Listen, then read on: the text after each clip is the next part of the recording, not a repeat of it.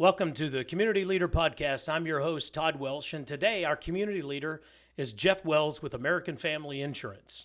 We're going to talk today with Jeff on how did he get to Salina, Kansas, how did he get in the insurance business, and what's one of the most important parts of giving back to the community. Let's talk to Jeff Wells.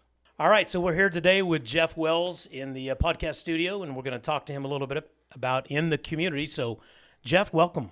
Thank you, Todd. It's good to be here. This is going to be, we may not get through this with a straight face. This is either going to be the shortest video that I've ever done, the longest video I've ever done. And the reason I say that is because you and I have known each other for 30 years? 30 years. 30 years. So wow. Most of the people that I talk to, I don't know anything about them. You? I actually know way too much, okay?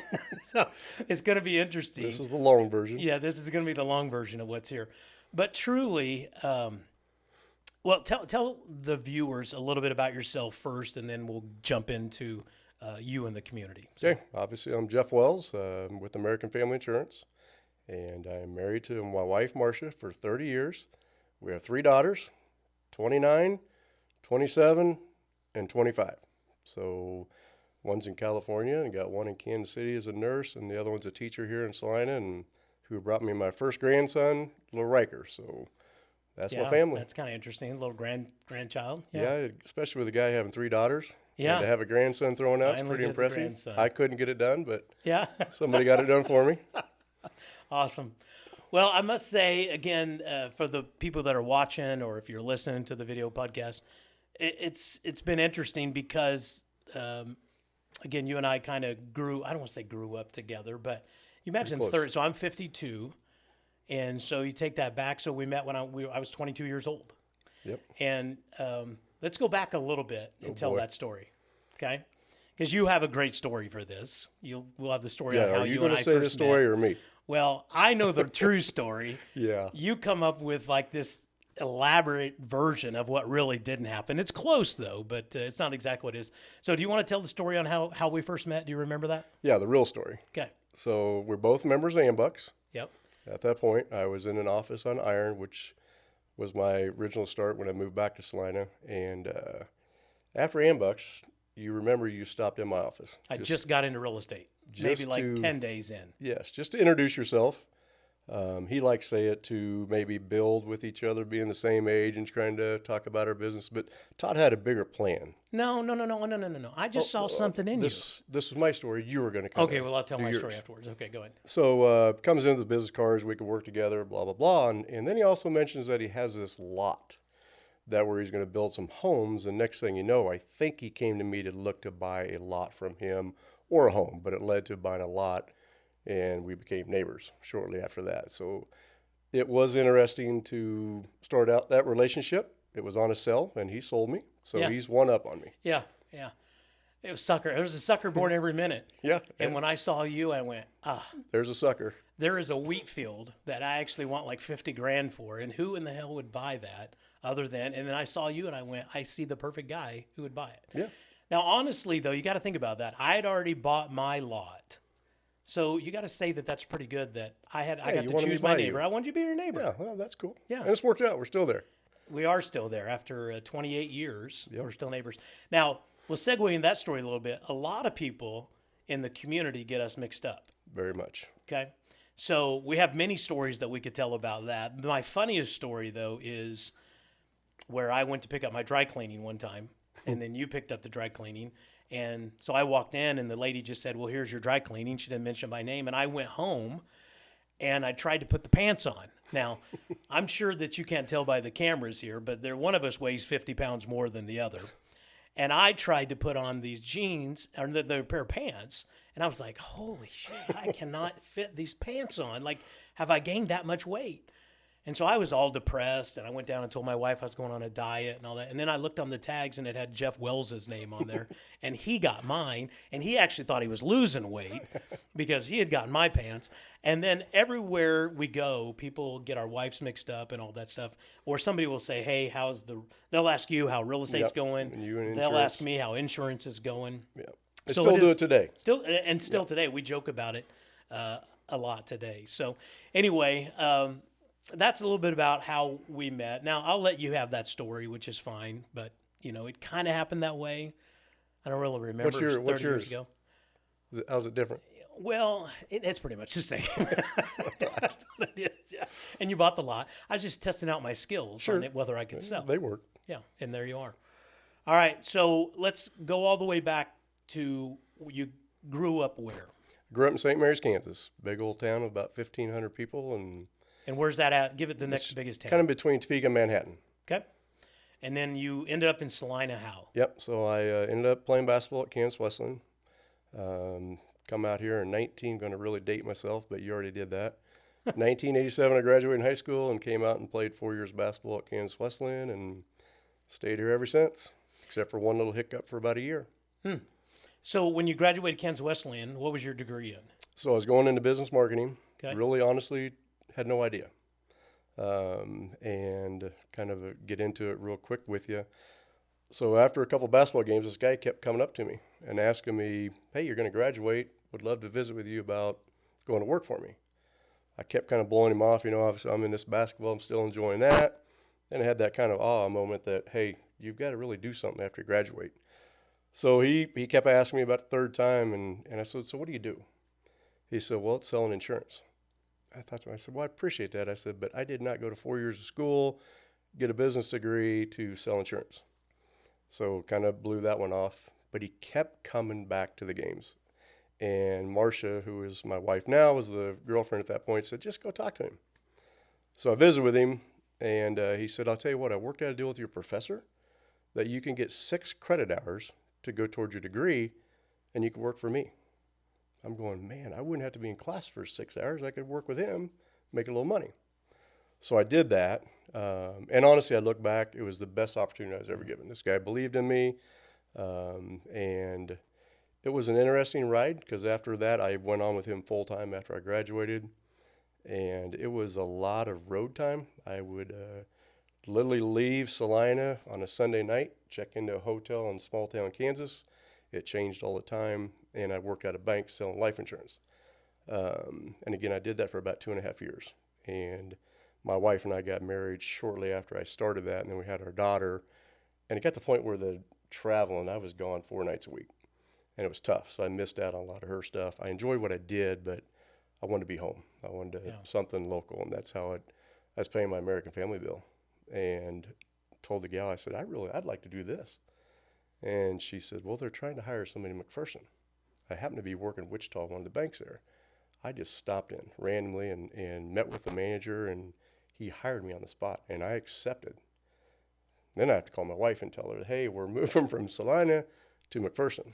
And so we did that in 1994. So it's was there for a year. Yeah, I'd forgot about that because when I sold you the lot and had to go get the signature on there, you were living in a little duplex. Correct. Over, gosh, what was the street? On Saturn Street. Yep, that's correct. Saturn and Hageman. Yeah, and so I remember, and it's good for, like, I love to mention the streets and the stories and everything that we're doing on there because people see you now. People see people in the community now who are very successful in their industry and what they're doing. And what they don't hear is the story you just told of how do you get there? Like I'm even thinking of my son right now who's graduating KU in May and has no idea what he wants to do. Yep. And it's like, how do you get put in those opportunities where people are going to come up to you and the guy who came up to you at the basketball court gave you that opportunity. Because think about this, had he not given you that opportunity, you wouldn't even be in insurance today. No, it's hard telling what I would do. Who knows what you would be doing today? True. You know what I mean?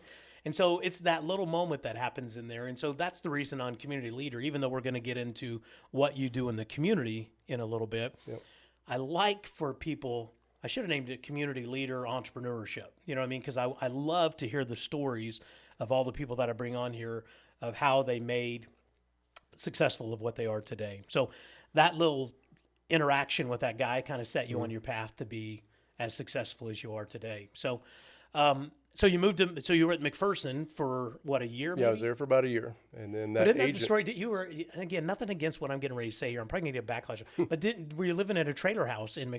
No, we were in a trailer house here in Salina. Trailer house in Salina. Yeah. Okay. Yep. And then when I met you, you were driving, like I was driving I don't even know what it was. It was a little Saturn something. Like it was a 1987 Saturn I'd paid like $1,500 for. And dude, you were driving a little Mazda pickup truck. Little Mazda pickup. Mazda pickup yeah, truck. yeah. Okay. So you were driving a little Mazda pickup Single truck. cab. Single cab. Yeah. Yeah. Beautiful. Oh yeah. And again, I only bring those things up because it makes us laugh. Like it Yeah. makes me appreciate and go, because I don't want to pick on the generation that is coming, but they want to drive the Range Rover to work. Yeah.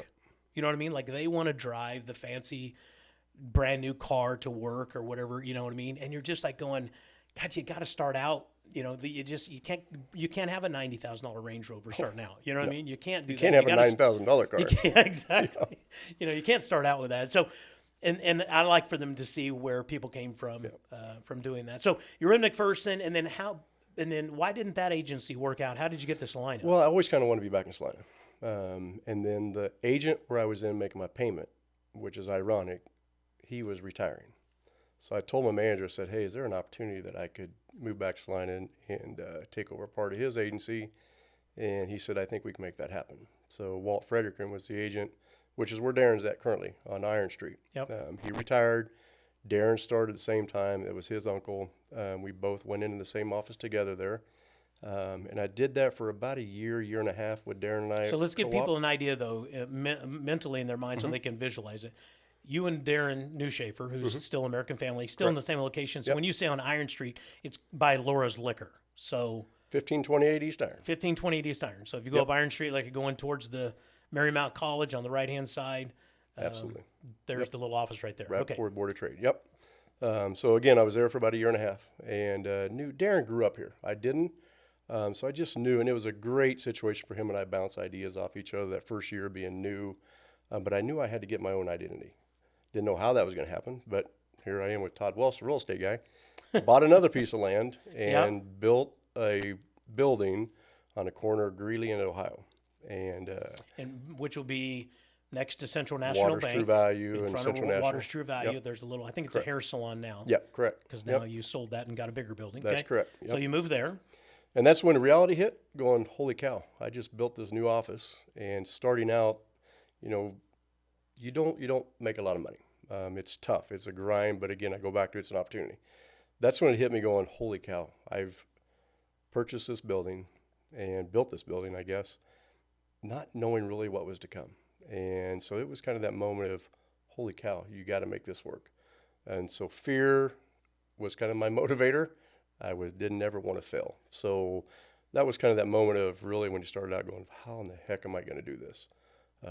But again, you hire the right people. You just meet the certain people like yourself. I mean, and we joke about it, but you've been a big part of my success with the referrals and John Redding, another guy who we know kind of started about the same time in the mortgage business. It's just people like that trusted you and helped you build, because we build it together. Yeah. I mean, we're all just trying to scramble and so, but that was the kind of the start to my own per se. Yeah. So, Well, I think about that is it's kind of like when I was building the real estate company. I can imagine, because I watched you build yours, you had some success when you built that building. And then you got so busy that you started hiring more people, which young business people don't understand is that money to go out and hire somebody now for $40,000, $50,000, $60,000, you're basically taking it from your pocket and going, okay, I hope this works out. And then you hire, and that's the number one failure of entrepreneurs or businesses that fail, is because they don't understand that, okay, I'm making $100,000, but I've got to go back to making 50 so I can take 50 grand of it and go get me another person to help me get to the next level so that I can go make then my 100 back or my 150 or whatever it is that you want to make. And that's where most people... wish that was the number. When you say 100, 150, it sounds really good. It's a good story. Well, but maybe $150 a week. Yeah. No, trust but me. it is true. You do have to, and I had a good manager, I will say, because when you start doing fairly well, you're thinking, this is going well. Then that's when I was very thankful now that manager said, it's time to hire somebody. Yeah. I'm going, holy cow, I feel like I'm finally seeing a little bit of light at the tunnel, but I'm very thankful now that you invest that money. And that is, like you say, that's your money. Yeah. that's coming up, but you're investing in those people to be able to grow and continue to build it. And that has been the key. I've had some really, really good people along the way. So it's critical to build on that because a lot of the agents do get caught in, or any business, you get comfortable, Yeah. and that's when you get in trouble. I just never want to go backwards. Yeah. So let's finish that out. You were at that building and then you kind of outgrew that building. And now your current location is. We're at 1000 Elmhurst. Okay. So just be north of Brahms, if that makes sense, off of Ohio and Elmhurst right there on the corner. So we did that about 9 years ago, I believe. Time flies. Yep. So that was a building that was vacant, was pretty, need a little improvement, a lot Yeah. of TLC. And we went in and redid quite a bit on the interior and built that up. And then Yeah, it's a beautiful building now. it turned I out, mean, yeah, it's really a nice location. And perfect. I was worried about moving because people get used to that certain location, but I knew I had to do something different. So Yeah.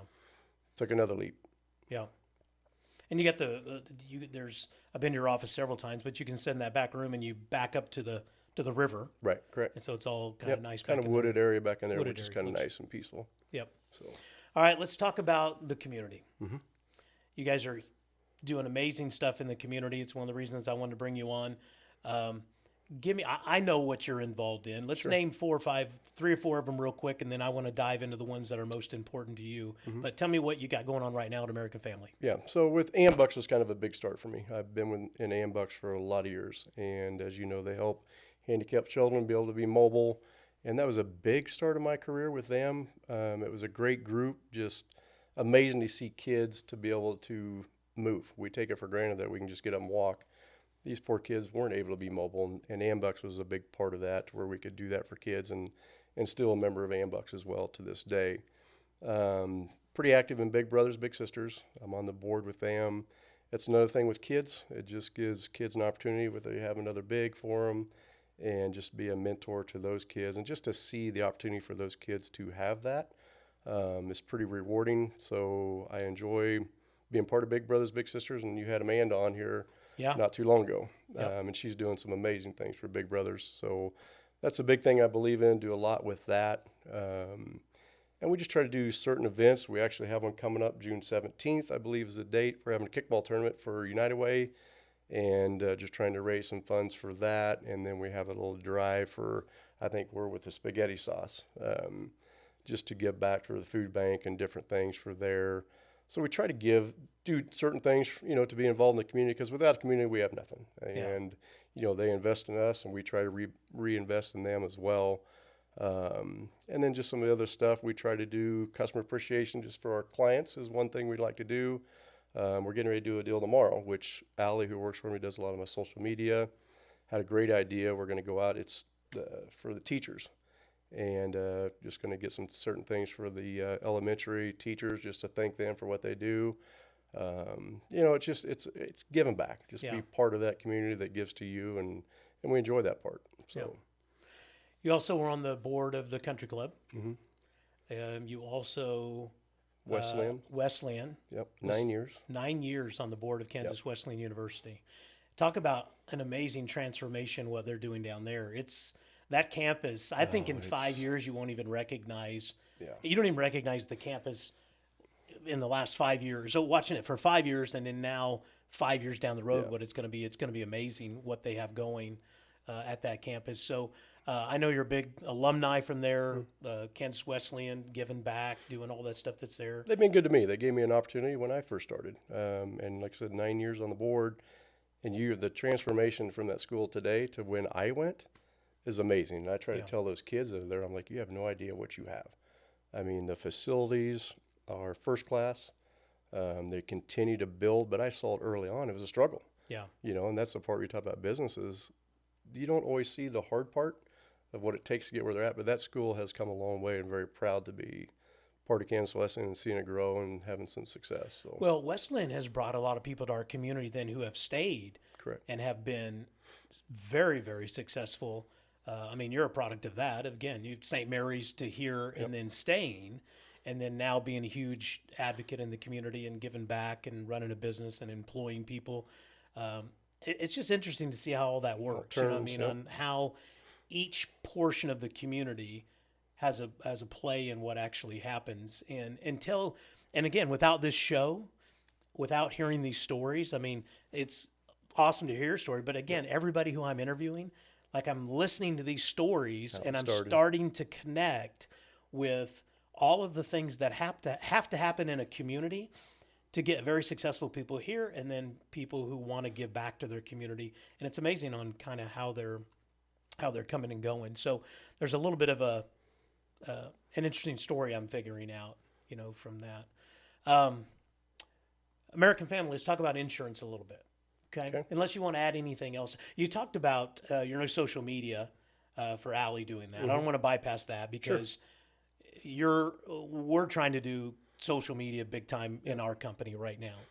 And for you to take that on, you guys have gone, I mean, in the last 6 months, I'm really going to say you went from zero. You had nothing 6 months ago. And now I watch what you guys are doing on Facebook, Instagram, TikTok, all that stuff. And most people will say, yeah, but you're just insurance. Man, that's like, people say, well, why are you doing it? Why are you going so hard, so fast on those? I'm like, where else are you going to spend the money? Yeah. Now, nothing against the Salina Journal. Sure. Nothing against anything that's there. But for us, we have nowhere else right now that I see that we're getting eyeballs as much as we are on social media. And, dude, who would have thought? So now they're both sitting back over here listening to us. Your social media expert, my social media expert. They're sitting in the room behind us. Not that they're laughing at us, but can you believe you and I are sitting here 30 years later? And again, nothing, I'm just going to say it. I didn't even make the amount of money that I'm paying a guy to sit back there and do my social media and take, I mean, it's just funny that, let's just call it what it is. Yeah. We're paying people to follow us around and take pictures. Like they're the paparazzi, you know what I mean? Yeah, and I don't want to say that lightly. I still want to say that from an aspect of, there's got to be somebody who's listening to this who is wanting to build a business, who looks at somebody like you and says, okay, I think I want to get into some sort of sales. I think I want to get into insurance. I think I want to do something that's there. And all they see is your success today. They see what you have. They see the building and 7 employees and Allie, your social media and everything that's going on. And they think that happened like that. And the truth is it took 30 years. It did. And still taking time. But it take 30 years. But what do they say? The best time to plant a tree is today, It's true. So if you're listening out there, I hope you're picking up something on here of the story of Jeff Wells and what it takes of the commitment. But the bigger thing I like is it's not that you're doing well and then you're not doing anything in the community. It's like, I really believe you're doing well because you invested in the community when you weren't doing well. Does that make sense? Sure. Yeah, absolutely. Yeah. I mean, the places we were at when we weren't doing well, we still have to continue to go to those places. And it's not even that we have to. It's like you want to. Yeah, you know what I mean? Absolutely. It's part of you. Like I get to see all my friends and business owners at all of the mixers that I go to and all of the events and everything that you go. And that's how you continue to build a business and how you continue to build a people. community. I mean, it takes the people, like you and I when we first started. It was probably just you and I. Yeah. When you're trying to build it. And again, you go back to where you're hiring people. And you talk about Allie, my social media. That's not something I'm good at. So I knew I couldn't do that. And it's like this right here is very uncomfortable for me. Yeah. And I knew that it was something that was picking up speed, that people were doing it. And it's not really the ROI. You can't look at it that way. It's more of just get involved. People get to know you, get to know your team. And she's done an incredible job with that, taking my Facebook, for example, and making it active. I mean, and she's always taking pictures. It's hard for her. She still tries to push me because I told her, this is very uncomfortable for me. Yeah. So she tries to push me out of that comfort zone. Sometimes successful, a lot of times not. But I've got to be better with that part. But it's just a way of people getting to know you a little bit more. And again, it's nothing to do with the ROI. It's just connecting with the community. Yeah. What you do and why you do it. And you and I both would sit here, we talk about money, but that's not our driving thing. You never want to think of it as money. I go back to the start. It's an opportunity. And you talk about the new generation, but my kids even went through that, and it's taking advantage of opportunity and working your tail off to go earn it instead of handed to you. And I go back to hiring people. I hired really solid people that believed in other people, they cared about people, wanted to do what's right for them. I can't teach them that part. Yeah. I can teach them the insurance, but you hire good, solid people that care and watch them grow. Yeah. And that's the fun and rewarding part in the position we're in now, is you see your agents be successful and you see your daughter. And that's the stuff that drives us now, is you see Yeah. that. And when I hire people and you see them grow in that position, that's rewarding. Yeah. So I've heard it best say is always hire your weakness. And when you recognize a weak point that you have, that's an opportunity. And the opportunity is how do I take a little bit of cash and how do I apply it towards the weakest part of my business to get my business to advance to the next level. Which is probably why I should have about 30 people working for me. Right. I have a lot of weaknesses. But it is true. You do that, and Lord knows I have a lot of weaknesses. But you have to accept that and know where your strengths are and where they're not, and you hire for that. So Yeah. I'm going to put you on the spot because this isn't even a question I was going to say, good. though. You ready for this? Oh, I'm sure. But so what do you think your biggest strength is? If you say you have a lot of weaknesses, like I think I know what your biggest strength is, and people would probably know what mine is, and so it's going to be interesting to say, but like what would you think that your biggest strength is? Probably the biggest for me is caring. I do truly care about people, sometimes to a fault. And if you've ever done the Enneagram test, the kind of personality test, it will tell you exactly who you are. But mine is a peacemaker, which is kind of funny. But I always try to make things right. I don't like things that aren't working or I don't like confrontation.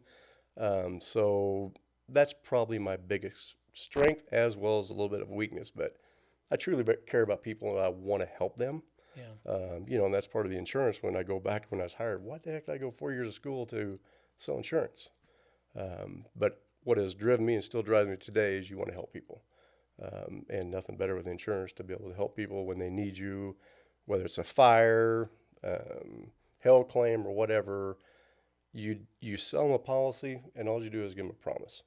Well, the promise is to be there for them. And I try to do that. So when something comes up, I want to be there with them, help them. So that's probably the biggest thing is caring. Yeah. But I I'm curious think to you see what said you were thinking. No, that's way better than what I was thinking. You Yeah, said that's that what makes me nervous. What was yours? I think it was a cross, but you said it better than what I was thinking on there. My strength that I see in you is, I was going to say communicator, but it's the communicating of that you care. Yeah. And so when you said that, I'm like, oh, that's what I really meant to say. It's like, I think that your strength is that when I've had to deal with you, either you're my insurance agent. So when I've had to deal with you through an insurance claim, or I've watched you deal with people who have fires or insurance claims that are there, it's first I wanted to say communication, but it's not. It's the what's the word I'm looking for?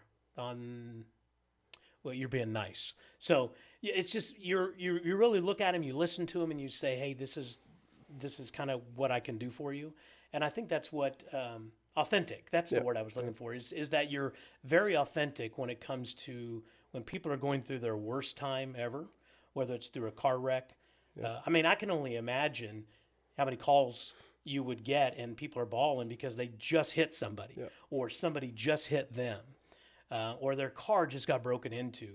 And, and that's why you're there to take those. So I've seen you in action, and that's why I was going to say, I think that's what your best trade is, because if you're going to try and get in the insurance business and you really are doing it for the money and you don't care when that person calls and says, hey, I've just been in an accident. If your response is, well, call the 800 number. Why are you calling me? Yeah. And there's plenty of that. Yeah. Then that does no good. Yeah. That's I no agree. good. So that's what I was going to say. I think you're one of your biggest strengths is, and God knows I know what your biggest weakness is, but we don't have enough time. Yeah, we're doing it right now. Yeah, we That's one of them. we don't have enough There's a laundry list. time to go. So when I called you last night to come on the show, the last thing I said to you was what?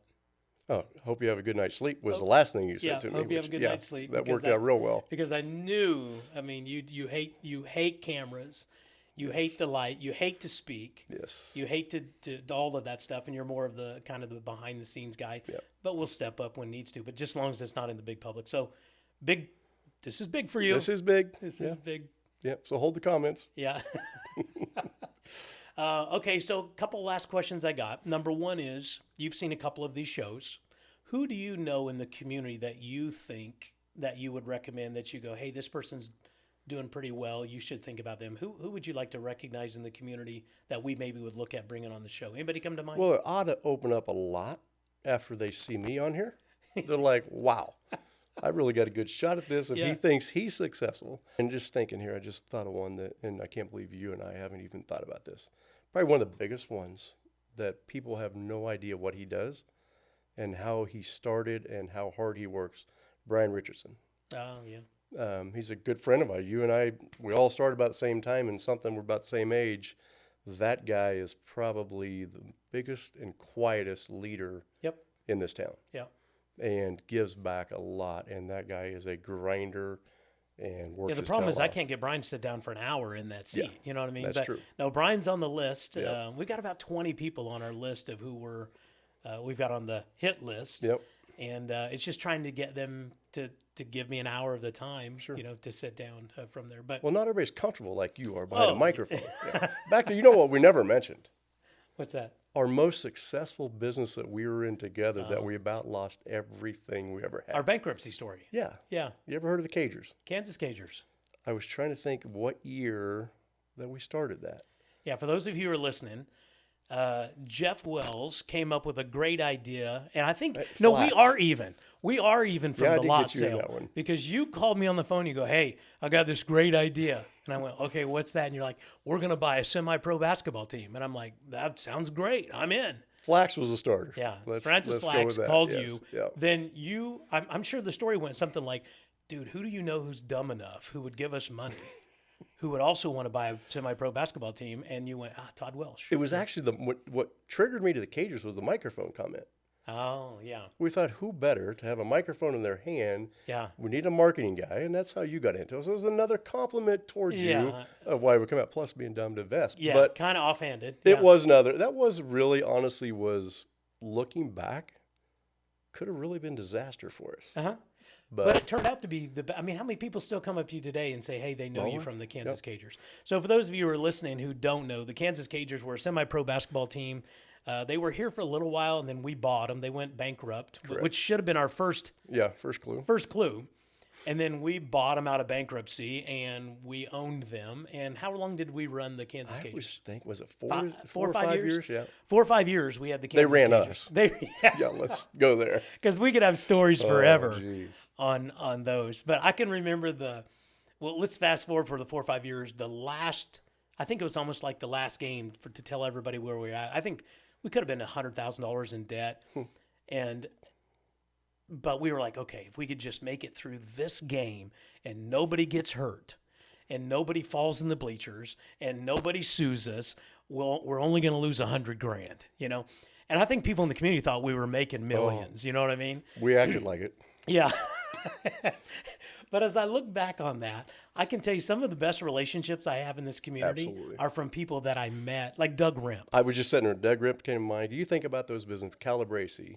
Yeah. Some of those business, back Mike Lon Ward MacArthur, with Lon Mike MacArthur. Ward with Lon MacArthur, who Those did everything. people they believed in what we were Yeah. doing, and those guys gave back community. And if we didn't have them, Oh, we'd have been a holy million smokes. in But debt. now you sit there and you think of people, Doug Rimp, Jerry Calabrese, Tom Pestinger. Yep. I mean, those are people that helped us. I mean, Yeah. so that was quite an adventure for those 4 or 5 years. Yeah. Our kids thought we were pretty cool. They thought we were famous. Yeah, well, we were famous. Whew. They ran around just doing whatever they wanted to do. But we got to meet some interesting Yeah. people. It was definitely interesting and fun and very rewarding, but very scary at the end of the day. Yeah. Walk out there before the game and tip off, and we're back in the locker room and walking about 2,000 people or 1,500. That's how we would always, before the game starts, see how many were in the stands. Yep. See if we could pay the bills. But yeah, that was fun and very We went on interesting the road times. trip with them a couple of times. You and I went. I don't even know where I was at. New but- York New York. and Yeah. Pennsylvania. Yes, it was Pennsylvania. driving Suburbans with those guys. That was interesting. My favorite story I'm going to tell is where he was Jermaine Jackson. Is that right? He was that guy's with who was the Jackson guy? He was the point guard for the Toronto Yeah, Raptors. Jermaine Jackson. Yeah. He wouldn't like I remember yeah. running to Dillon's downtown and buying sugar cookies because he would not come out of the dressing room Until he had those. until he had sugar cookies. Yeah. They And- made us do a lot of stuff. Yeah, it's Pizza. like sugar. I'm like, he's like, I just can't play unless I have sugar, and I need some sugar cookies. And we did it. And I no, Yeah, not you. we, Yeah, not yeah, we. yeah. Todd I was trying to Welsh- coach and had no Yeah, idea Todd what I Welsh was got in doing. his car and ran and got 2 sugar cookies for a guy so he would go on there so we wouldn't lose our tail. Yep. Okay. Now you guys know the rest of the story of everything that was going on behind the scenes of the Kansas Cagers, but sincerely, I know I'm not sincere very much to you, but congratulations on your success. I'm not even going to go into all the awards and trips you win because I know that means really nothing to you.